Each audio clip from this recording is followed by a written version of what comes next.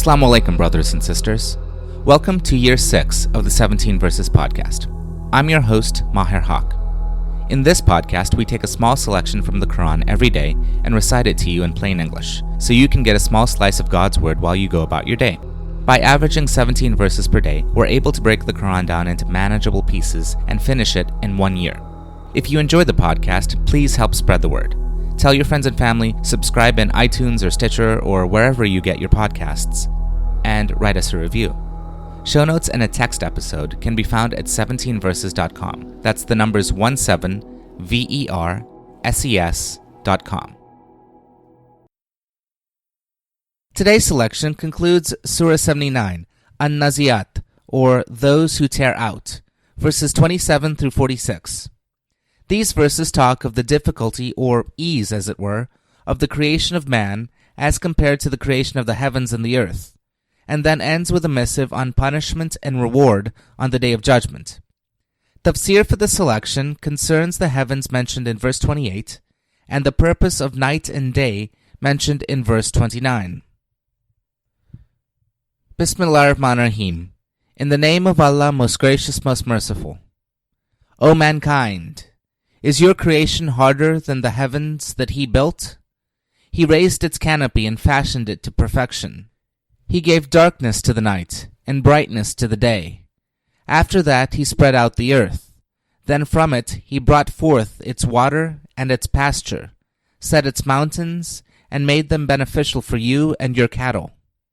When the great disaster will strike, the day when man will call to mind all that he had striven for, when hell shall be placed in full view of all, then he who had rebelled and preferred the life of this world shall have his abode in hell.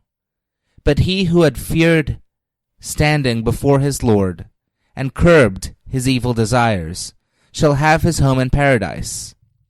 They ask you about the hour. When will it come? But it is not for you to know or tell its timing. Only your Lord knows when it will come.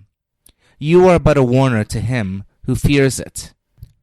On that day, when they shall see it, they shall feel as if they had stayed in this world only one evening or one morning. Ameen. Now, concerning the heavens mentioned in verse 28 and the purpose of night and day mentioned in verse 29. Quote, the mystery of the heavens with their countless stars and the planets obeying the laws of motion, and the sun and moon influencing the temperature, and the climates of the earth from thousands or millions of miles, illustrate the order and perfection which Allah has given to His creation.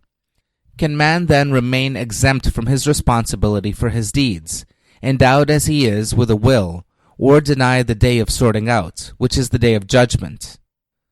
Both the night and the day have each its own beauty and utility for man, as has been frequently pointed out in the Quran.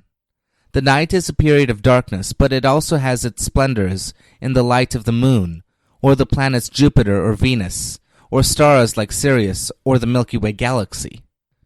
These countless lights of the night have their own beauty, and by day there is the splendor of the sun for us, which in creation as a whole is just one of countless stars. Unquote. Thank you. This concludes today's episode of the 17 Verses podcast. I hope that this selection helps increase your understanding of the Holy Quran just a little bit. If you like the podcast, you can subscribe in iTunes or Stitcher and write us a review. Or you can grab the RSS feed and put it into your own podcast app. The show notes, including a text version of this episode, can be found by going to 17verses.com. That's the numbers 17verses.com. Thank you, and be well.